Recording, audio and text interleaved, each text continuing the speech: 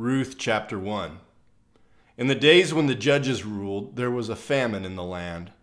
And a man of Bethlehem in Judah went to sojourn in the country of Moab, he and his wife and his 2 sons.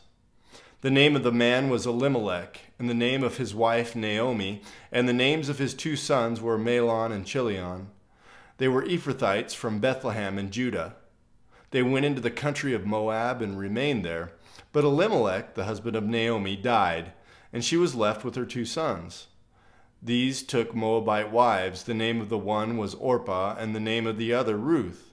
They lived there about 10 years, and both Mahlon and Chilion died, so that the woman was left without her 2 sons and her husband.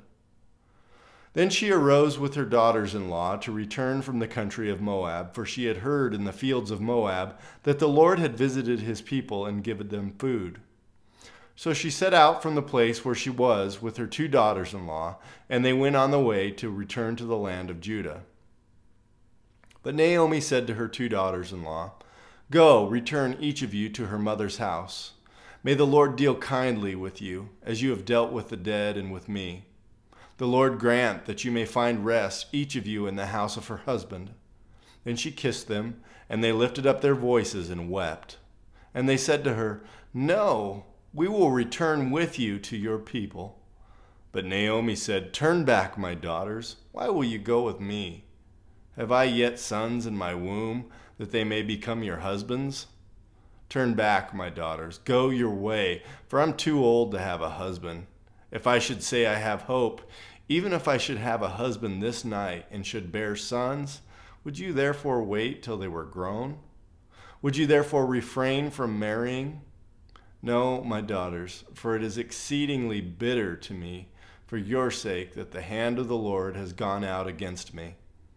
Then they lifted up their voices and wept again. And Orpah kissed her mother-in-law, but Ruth clung to her. And she said, "See, your sister-in-law has gone back to her people and to her gods. Return after your sister-in-law." But Ruth said, "Do not urge me to leave you or to return from following you. For where you go, I will go, and where you lodge, I will lodge. Your people shall be my people, and your God my God. Where you die, I will die, and there will I be buried. May the Lord do so to me and more also, if anything but death parts me from you." And when Naomi saw that she was determined to go with her, she said no more. So the 2 of them went on until they came to Bethlehem. And when they came to Bethlehem, the whole town was stirred because of them. And the women said, "Is this Naomi?" She said to them, "Do not call me Naomi, call me Mara, for the Almighty has dealt very bitterly with me. I went away full, and the Lord has brought me back empty. Why call me Naomi when the Lord has testified against me and the Almighty has brought calamity upon me?" So Naomi returned, and Ruth the Moabite, her daughter-in-law, with her, who returned from the country of Moab, and they came to Bethlehem at the beginning of the barley harvest. Ruth chapter 2. Now Naomi had a relative of her husband's, a worthy man of the clan of Elimelech, whose name was Boaz. And Ruth the Moabite said to Naomi, "Let me go to the field and glean among the ears of grain after him in whose sight I shall find favor." And she said to her, "Go, my daughter." So she set out and went and gleaned in the field after the reapers, and she happened to come to the part of the field belonging to Boaz, who was of the clan of Elimelech. And behold, Boaz came from Bethlehem, and he said to the reapers, "The Lord be with you." And they answered, "The Lord bless you." Then Boaz said to his young man, who was in charge of the reapers, "Whose young woman is this?" And the servant who was in charge of the reapers answered, "She is the young Moabite woman, who came back with Naomi from the country of Moab. She said, 'Please let me glean and gather among the sheaves after the reapers.' So she came, and she has continued from early morning until now, except for a short rest." Then Boaz said to Ruth, "Now listen, my daughter, do not go to glean in another field or leave this one, but keep close to my young woman. Let your eyes on the field that they are reaping and go after them. Have I not charged the young men not to touch you? And when you are thirsty, go to the vessels and drink what the young men have drawn." Then she fell on her face, bowing to the ground, and said to him, "Why have I found favor in your eyes that you should take notice of me, since I'm a foreigner?" But Boaz answered her, "All that you have done for your mother-in-law since the death of your husband has been fully told to me, and how you left your father and mother and your native land and came to a people that you did not know before. The Lord repay you for what you have done, and a full reward be given you by the Lord, the God of Israel, under whose wings you have come to take refuge." Then she said, "I have found favor in your eyes, my lord, for you have comforted me and spoken kindly to your servant, though I am not one of your servants." And at mealtime Boaz said to her, "Come here and eat some bread and dip your morsel in the wine." So she sat beside the reapers, and he passed to her roasted grain. And she ate until she was satisfied, and she had some left over. And when she rose to glean, Boaz instructed his young men, saying, "Let her glean even among the sheaves, and do not reproach her.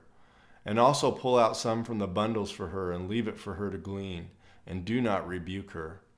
So she gleaned in the field until evening. Then she beat out what she had gleaned, and it was about an ephah of barley. And she took it up and went into the city, and her mother-in-law saw what she had gleaned. She also brought out and gave her what food she had left over after being satisfied. And her mother-in-law said to her, "Where did you glean today? And where have you worked? Blessed be the man who took notice of you." So she told her mother-in-law with whom she had worked, and said, "The man's name with whom I work today is Boaz." And Naomi said to her daughter-in-law, "May he be blessed by the Lord, whose kindness has not forsaken the living or the dead." Naomi also said to her, "The man is a close relative of ours, one of our redeemers." And Ruth the Moabite said, "Besides, he said to me, 'You shall keep close by my young men until they have finished all my harvest.'"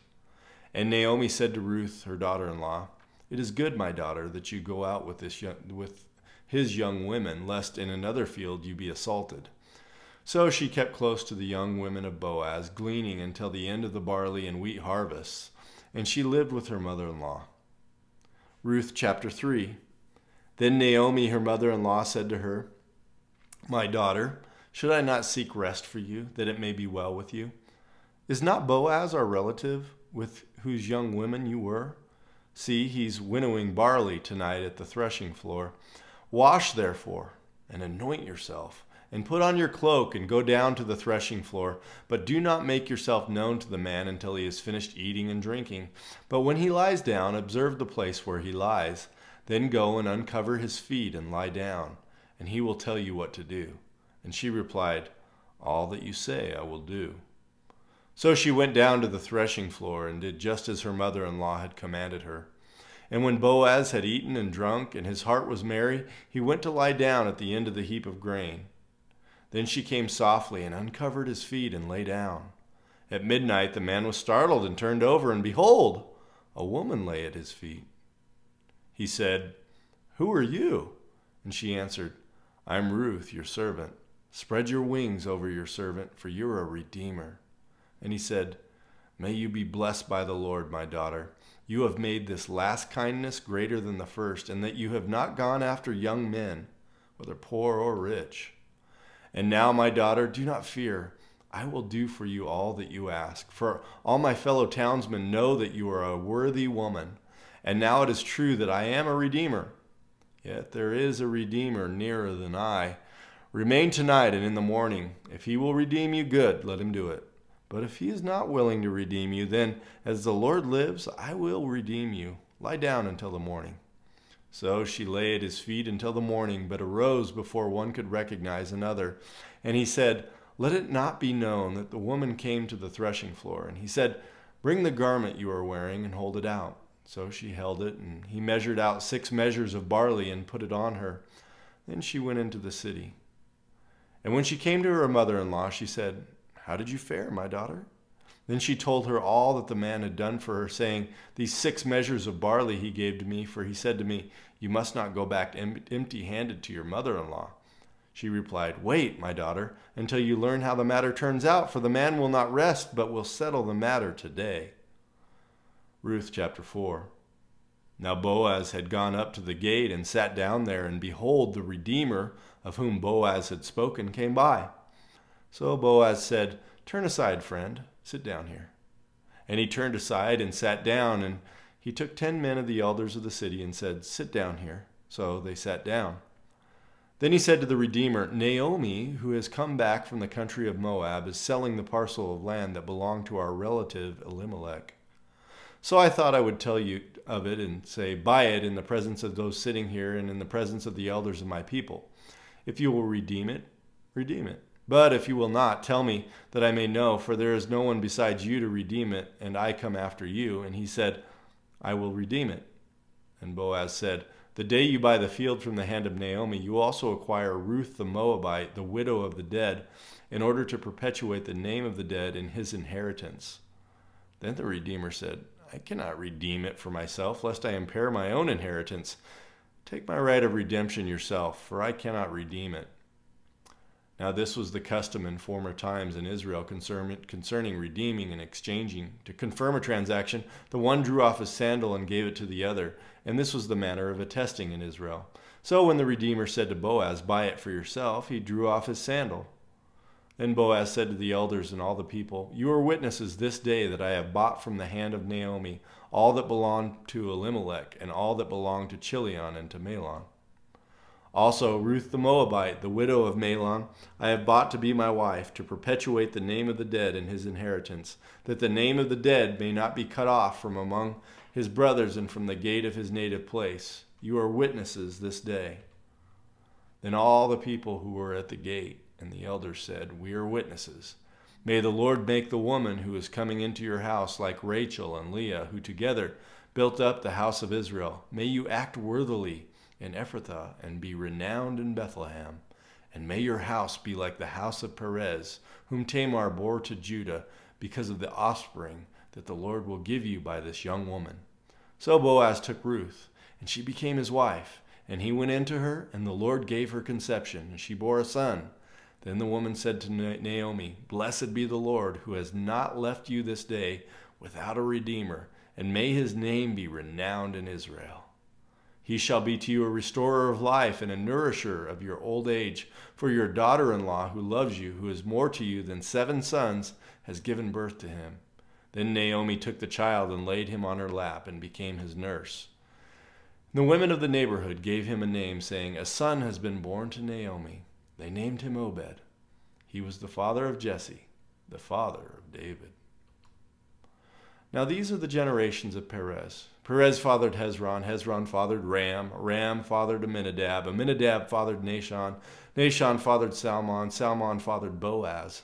Boaz fathered Obed. Obed fathered Jesse. And Jesse fathered David. Psalm 77. To the choir master, according to Jeduthun, a psalm of Asaph. I cry aloud to God, and he will hear me. In the day of my trouble I seek the Lord. In the night my hand stretched out without wearying. My soul refuses to be comforted. When I remember God, I moan. When I meditate, my spirit faints. Selah. You hold my eyelids open. I am so troubled that I cannot speak. I consider the days of old, the years long ago. I said, let me remember my song in the night. Let me meditate in my heart. Then my spirit made a diligent search. Will the Lord spurn forever and never again be favorable? Has his steadfast love forever ceased? Are his promises at an end for all time? Has God forgotten to be gracious? Has he in anger shut up his compassion? Selah. Then I said, I will appeal to this, to the years of the right hand of the Most High. I will remember the deeds of the Lord. Yes, I will remember your wonders of old. I will ponder all your work and meditate on your mighty deeds. Your way, O God, is holy. What God is great like our God? You are the God who works wonders. You have made known your might among the peoples. You with your arm redeemed your people, the children of Jacob and Joseph. Selah. When the waters saw you, O God, when the waters saw you, they were afraid. Indeed, the deep trembled. The clouds poured out water. The skies gave forth thunder. Your arrows flashed on every side. The crash of your thunder was in the whirlwind. Your lightnings lighted up the world. The earth trembled and shook. Your way was through the sea, your path through the great waters, yet your footprints were unseen. You led your people like a flock by the hand of Moses and Aaron.